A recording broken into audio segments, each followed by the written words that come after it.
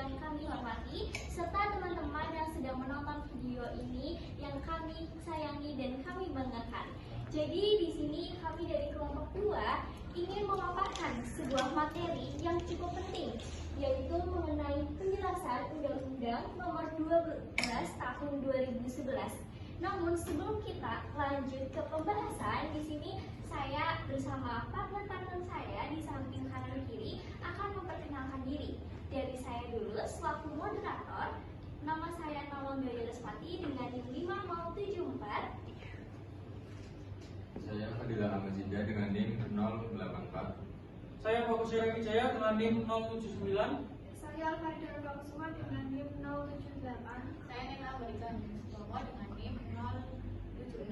Saya Nisa Sujana Fauzia dengan NIM 063. Saya Juna Sukarasana dengan NIM 062. Saya Karisa Sulfarinda dengan NIM 082. Saya Ulia Septiana dari NIM 076. Baik, lanjut saja ke materi yang pertama, yaitu latar belakang yang akan dijelaskan oleh Zidan. Kepada Zidan, waktu dan tempat kami persilahkan. Baik, masuk ke materi yang pertama, itu latar belakang. Latar belakang adanya Undang-Undang Nomor 12 Tahun 2011 adalah karena pedoman sebelumnya dalam Undang-Undang Nomor 10 Tahun 2004 dianggap belum mampu menjamin pembentukan peraturan yang tertib dan berkualitas. Banyak terjadi tumpang tindih aturan antara pusat dan daerah.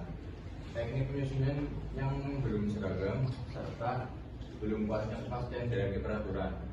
Oleh karena itu diperlukan undang-undang baru yang mengatur secara lebih jelas tahapan pembentukan peraturan, standar teknik penyusunan, partisipasi masyarakat, dan penegasan tata urutan perundang-undangan agar tercipta kepastian dan sinkronisasi hukum sesuai Undang-Undang Dasar 1945. Lanjut ke pembahasan tujuan Undang-Undang Nomor 12 Tahun 2011 yang akan dijelaskan oleh Dina. Kepada Dina, waktu dan tempat saya persilahkan. Baik, selanjutnya ada tujuan Undang-Undang Nomor 12 Tahun 2011. Yang pertama ada memenuhi kebutuhan masyarakat akan peraturan perundang-undangan yang baik. Yang kedua memberikan pedoman pembentukan aturan perundang-undangan. Yang ketiga mengatur hierarki perundang-undangan. Yang keempat mewujudkan Indonesia sebagai negara hukum yang berkewajiban. Yang kelima melaksanakan pembangunan hukum nasional secara terencana, terpadu dan berkelanjutan. Yang keenam menyempurnakan Undang-Undang Nomor 10 Tahun 2004. Baik, tadi kita udah membahas mengenai latar belakang, lalu kita juga sudah membahas mengenai tujuan Undang-Undang Nomor 12 Tahun 2011. Diharapkan teman-teman yang sedang menonton nih, semoga bisa paham apa yang sedang kita bicarai mengenai tujuan dan juga latar belakang. Nah, kira-kira teman-teman pada kepo nggak nih tentang ruang lingkup dari pengaturan itu ada apa aja sih? Kalau kepo, lanjut kita pembahasan yang akan dijelaskan oleh Kak Karisa. Kepada Karisa, waktu dan tempat saya persilahkan. Jadi ruang lingkup peraturan itu ada 5, yaitu yang pertama tahap pembentukan. Nah, ini mengatur secara sistematis 5 tahap utama, yaitu perencanaan, penyusunan, pembahasan, pengesahan atau penetapan, dan pengundangan. Yang kedua ada hierarki peraturan atau tata urutan, yang menetapkan jenis dan urutan peraturan perundang-undangan, yaitu UUD 1945, TAP-MPR, UU atau Perpu, peraturan pemerintah, peraturan presiden, peraturan daerah, provinsi, dan perda kabupaten atau kota. Yang ketiga ada materi muatan, yaitu mengatur apa yang harus diatur dalam peraturan perundang-undangan, termasuk penggunaan naskah akademik sebagai dasar ilmiah penyusunan UU dan perda. Yang keempat ada asas pembentukan, yaitu memastikan pembentukan peraturan didasarkan pada tujuan yang jelas, lembaga yang tepat, serta asas kelembagaan atau pejabat pembentukan yang berwenang. Yang kelima yang terakhir yaitu Pancasila sebagai sumber hukum, menegaskan bahwa Pancasila adalah sumber dari segala sumber hukum di negara. Jadi dari yang Karisa jelasin barusan, bisa disimpulkan teman-teman bahwa ruang lingkup dari peraturan ini itu ada 5. Yang pertama tahapan pembentukan, yang kedua hierarki peraturan, yang ketiga materi muatan, yang keempat asas pembentukan, dan yang kelima adalah Pancasila sebagai sumber hukum di Indonesia. Nah, selanjutnya akan dijelaskan oleh Kanaila mengenai asas pembentukan peraturan. Kepada Kanaila, waktu dan tempat saya persilahkan. Baik, yang ini ada asas pembentukan peraturan. Jadi asas pembentukan peraturan perundang-undangan yang baik atau asas formal ini, asas ini harus dipenuhi dalam proses pembuatan peraturan agar produk hukum yang dihasilkan berkualitas. kejelasan tujuan, kelembagaan atau kejabatan kehidupan yang tepat, kesesuaian antara jenis, hierarki dan materi muatan, dan kejelasan penulisan dan keterbukaan. Lalu yang kedua ada asas materi muatan. Asas ini isinya atau materinya memuat dari peraturan perundang-undangan, juga harus mengandung asas-asas berikut: ada pengalaman, kemanusiaan, kebangsaan, kekeluargaan, kenusantaraan, bineka tunggal ika, keadilan, kesamaan kedudukan dalam hukum dan pemerintah, ketertiban dan kepastian hukum, yang terakhir keseimbangan, keserasian dan keseleraan. Baik, terima kasih ya atas penjelasannya dari Naila. Yang selanjutnya akan dijelaskan oleh Bagus mengenai apa aja sih jenis dan juga hierarki peraturan itu sendiri. Terima kasih atas kesempatannya. Baik, di sini saya akan menjelaskan tentang jenis dan hierarki peraturan. Sebelumnya saya akan menjelaskan sedikit tentang fungsi dari hierarki itu sendiri. Hierarki adalah sistem pengaturan komponen, jabatan atau elemen berdasarkan jenjang dari tingkat tertinggi hingga terendah. Fungsi utamanya yaitu meliputi pembentukan struktur wewenang yang jelas seperti rantai komando, memfasilitasi koordinasi dan kontrol, mempercepat pengambilan keputusan serta mengatur tata letak informasi. Dan kita masuk ke jenis dan hierarki peraturan. Jenis dan hierarki peraturan adalah peraturan perundang-undangan di Indonesia, diatur dalam pasal 7 ayat 1 UU nomor 12 tahun 2011. Disusun bersetingkat berdasarkan asas lex superior derogat lexi inferior. Peraturan tertinggi mengesampingkan rendah. Urutannya UUD 1945, selanjutnya ada TAP MPR, selanjutnya ada UU atau Perpu, selanjutnya ada peraturan pemerintah atau PP, selanjutnya ada peraturan presiden atau Perpres, dan selanjutnya ada perda provinsi dan perda kabupaten kota. Berikut adalah penjelasan rinci dari hierarki peraturan perundang-undangan di Indonesia. Undang-Undang Dasar Negara Republik Indonesia tahun 1945 atau UUD 1945, hukum dasar tertinggi yang menjadi acuan seluruh peraturan di bawahnya. Selanjutnya ada penetapan Majelis Permusyawaratan Rakyat atau TAP MPR, ketetapan MPR yang masih berlaku. Selanjutnya ada undang-undang atau UU atau peraturan pemerintah pengganti undang-undang atau Perpu.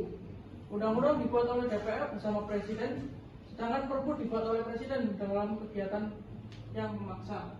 Selanjutnya ada peraturan pemerintah atau PP, ditetapkan oleh Presiden untuk melaksanakan UU. Selanjutnya ada peraturan Presiden atau Perpres, ditetapkan oleh Presiden untuk melaksanakan peraturan di atasnya. Selanjutnya ada peraturan daerah atau provinsi atau perda provinsi, dibentuk DPRD provinsi bersama gubernur. Selanjutnya ada peraturan daerah, kabupaten atau kota, perda atau kota, dibentuk DPRD kabupaten atau kota bersama bupati atau wali kota. Baik, yang selanjutnya kita akan membahas mengenai materi muatan peraturan itu sendiri. Nah, materi muatan peraturan itu bisa dibilang sebagai inti atau isi utama dari suatu peraturan. Jadi, apa saja yang boleh, yang wajib, dan yang dilarang itu diatur dalam materi muatan peraturan ini. Nah, dalam Undang-Undang Nomor 12 Tahun 2011, materi muatan itu harus disesuaikan dengan jenis peraturannya. Misalnya ada apa sih? Nah, misalnya ini ada undang-undang mengatur hal yang bersifat lebih umum dan mendasar. Sedangkan peraturan daerah atau perda itu mengatur hal yang lebih teknis dan sesuai dengan kondisi daerah masing-masing. Nah, diharapkan dengan adanya pengaturan materi muatan yang tepat, peraturan yang dibuat itu bisa berjalan lebih efektif dan tidak bertentangan dengan peraturan yang lebih tinggi. Selanjutnya, yaitu tahapan pembentukan peraturan yang akan dijelaskan oleh Aulia. Kepada Aulia, waktu dan tempat dipersilakan. Tahapan pembentukan peraturan. Pembentukan peraturan perundang-undangan adalah pembuatan peraturan perundang-undangan yang mencakup tahapan perencanaan, penyusunan, pembahasan, pengesahan, atau penetapan dan pengundangan.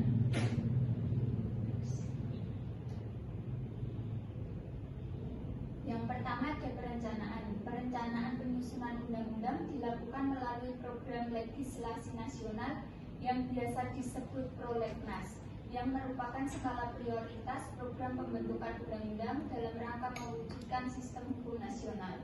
Penyusunan prolegnas dilaksanakan oleh DPR dan pemerintah yang dikoordinasikan oleh DPR melalui alat kelengkapan DPR yang khusus menangani bidang legislasi. Hasil penyusunan prolegnas antara DPR dan pemerintah disepakati menjadi prolegnas dan ditetapkan dalam rapat paripurna DPR. Yang kedua ada penyusunan. Sebuah rancangan undang-undang dapat berasal dari DPR atau Presiden. Rancangan undang-undang harus disertai naskah akademik. Rancangan undang-undang baik yang berasal dari DPR maupun Presiden serta yang diajukan DPD kepada DPR disusun berdasarkan prolegnas. Rancangan undang-undang yang diajukan oleh Presiden disiapkan oleh Menteri atau pimpinan lembaga pemerintah non-kementerian sesuai dengan lingkup tugas dan tanggung jawabnya. Surat tersebut memuat penunjukan Menteri yang ditugasi mewakili Presiden dalam melakukan pembahasan rancangan undang-undang bersama DPR.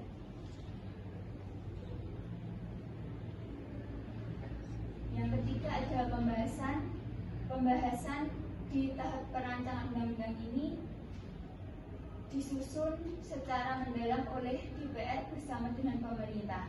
Pembahasan di dalamnya terdapat dua tingkat. Yang tingkat pertama membahas di tingkat komisi atau panitia khusus bersama dengan pemerintah untuk menyepakati substansi undang-undang. Tingkat dua berisi pembicaraan dalam rapat paripurna DPR untuk mengambil keputusan akhir terhadap undang-undang yang telah dibahas. Yang keempat ada pengesahan, tahap di mana undang-undang telah disetujui oleh DPR dan disampaikan kepada Presiden untuk disahkan menjadi undang-undang. Presiden memiliki waktu 30 hari untuk menandatangani undang-undang tersebut.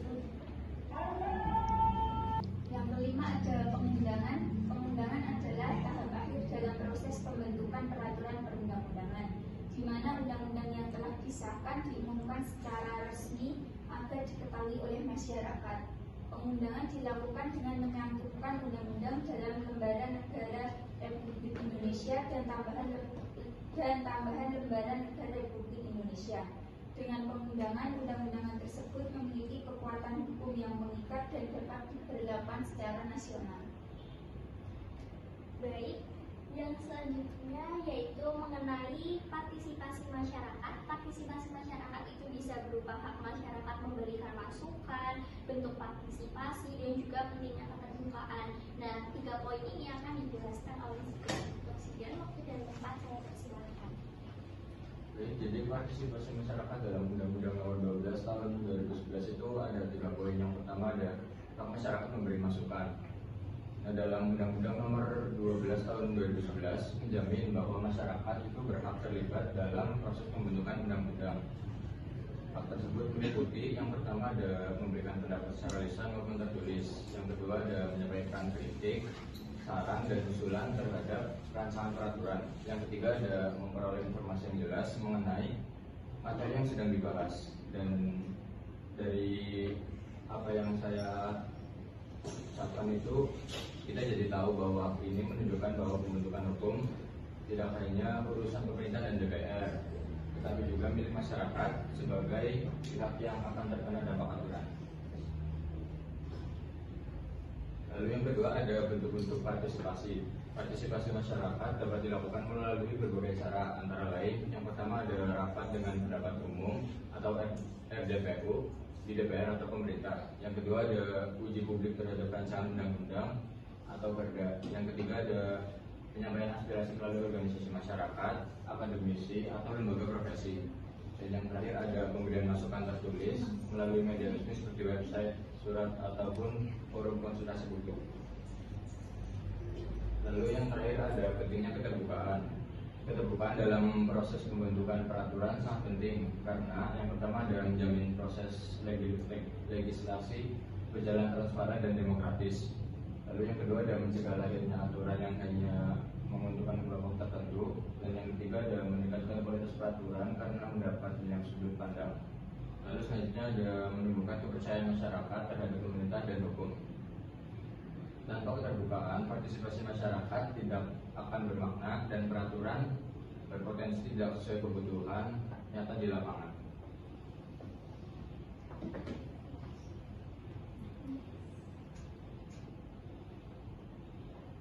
Yang selanjutnya adalah pengertian naskah akademik. Jadi berdasarkan Undang-Undang Nomor 12 Tahun 2011 Pasal 1 Angka 11, naskah akademik itu bukan sekedar dokumen biasa, tapi merupakan hasil penelitian atau kajian ilmiah yang disusun sebelum sebuah undang-undang atau perda dibuat. Nah, di dalam naskah akademik ini harus memuat 3 landasan utama. Yang pertama, landasan filosofis, yaitu berkaitan dengan nilai dan ideologi bangsa. Kedua, landasan sosiologis yang melihat kondisi dan kebutuhan masyarakat. Lalu yang ketiga adalah landasan yuridis, yaitu kesesuaian dengan peraturan perundang-undangan yang sudah ada. Nah, dengan adanya naskah akademik diharapkan peraturan yang dibentuk itu bisa menjadi lebih sistematis, rasional, dan juga sesuai dengan kebutuhan masyarakat. Selanjutnya adalah fungsi naskah akademik yang akan dijelaskan oleh Suci. Jadi fungsi naskah akademik yaitu sebagai dasar yang objektif dan ilmiah dalam penyusunan peraturan perundang-undangan, baik undang-undang maupun peraturan daerah. Dokumen ini juga disusun berdasarkan kajian teoritis yang didukung fakta empiris di lapangan, sehingga mampu menggambarkan kondisi sosial, kebutuhan masyarakat, dan permasalahan hukum yang akan diatur. Dengan adanya naskah akademik, perumusan peraturan dilakukan secara rasional dan sistematis, bukan semata-mata didorong oleh kepentingan politis sesaat, serta dapat dipertanggungjawabkan secara akademik.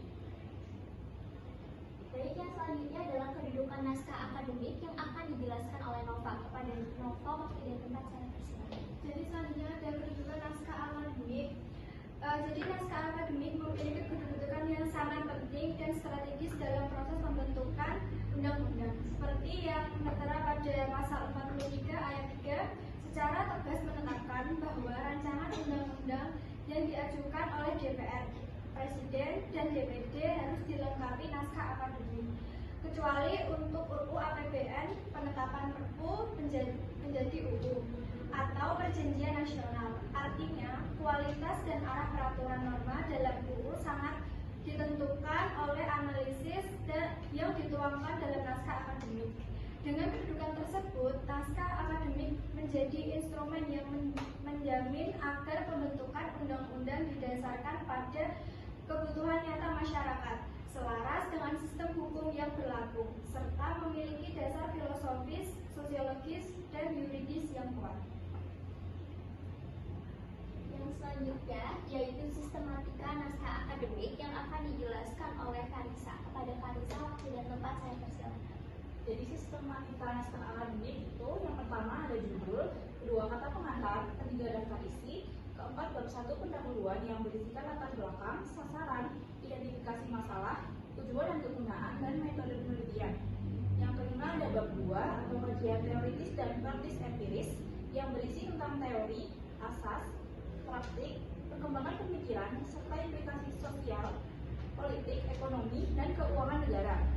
Yang ketujuh ada bab 3, yaitu evaluasi dan analisis peraturan yang berisi tentang kondisi hukum, keterkaitan peraturan, harmonisasi vertikal, horizontal, serta status dan keberlakuan peraturan. Yang kedelapan ada bab 4, yaitu landasan pengaturan yang berisi tentang filosofis, sosiologis, dan yuridis. Yang 9 ada bab 5, jangkauan dan ruang lingkup materi, berisi tentang ketentuan umum, materi muatan, sanksi, dan ketentuan peralihan. Yang 10 ada bab ke-6 yaitu penutup yang berisi tentang simpulan dan saran. Yang 11 ada daftar pustaka yang bersumber dari buku, peraturan perundang-undangan, dan jurnal. Baik, materi selanjutnya mengenai makna penting naskah akademik yang akan dijelaskan oleh Nova. Kepada Nova, waktu dan tempat saya persilakan. Oke, jadi selanjutnya ada makna penting naskah akademik. Jadi makna penting ini terletak pada posisinya sebagai fondasi ilmiah pembentukan peraturan perundang-undangan yang substansial konseptual. Naskah akademik memastikan bahwa setiap norma hukum tidak disusun secara spekulatif atau pragmatis semata, melainkan berangkat dari hasil kajian yang sistematis dan berbasis data yang empiris, serta mempertimbangkan landasan filosofis, sosiologis, dan yuridis secara terpadu. Naskah akademik juga berperan strategis dalam menjaga konsistensi sistem hukum. Melalui analisis tersebut, kesesuaian norma dengan hierarki peraturan perundang-undangan yang berlaku. Kemudian naskah akademik mencegah terjadinya tumpang tindih, konflik norma maupun fragmentasi hukum. Selanjutnya ada kesimpulan berdasarkan Undang-Undang Nomor 12 Tahun 2011, pembentukan peraturan perundang-undangan di Indonesia dilakukan melalui tahapan yang sistematis dan berlandaskan asas-asas pembentukan peraturan yang baik. Salah satu unsur penting dalam proses tersebut adalah naskah akademik yang berfungsi sebagai dasar ilmiah dalam penyusunan undang-undang dan peraturan daerah. Namun, naskah akademik memastikan bahwa peraturan disusun secara nasional, berbasis kajian empiris, serta memiliki landasan filosofis, sosiologis, dan yuridis yang kuat, sehingga mampu mencegah konflik yang tumpang tindih norma hukum.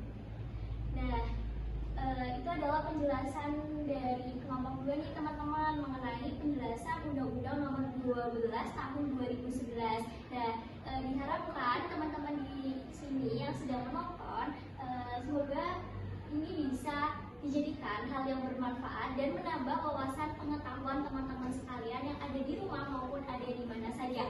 Dan bagi teman-teman nih yang sekiranya ada pertanyaan mengenai materi yang tadi kita jelaskan, silakan bisa langsung ditanyakan di kolom komentar. Nanti kami dari kelompok 2 akan berusaha untuk menjawab pertanyaan dari teman-teman sekalian. Jangan lupa video ini di like dan di share ke teman-teman, keluarga, pacar, atau saudara biar manfaatnya bisa berkepanjangan dan juga meluas. Mungkin sekian dari kelompok 2, kurang lebihnya mohon maaf. Terima kasih. Wassalamualaikum warahmatullahi wabarakatuh. Waalaikumsalam warahmatullahi wabarakatuh.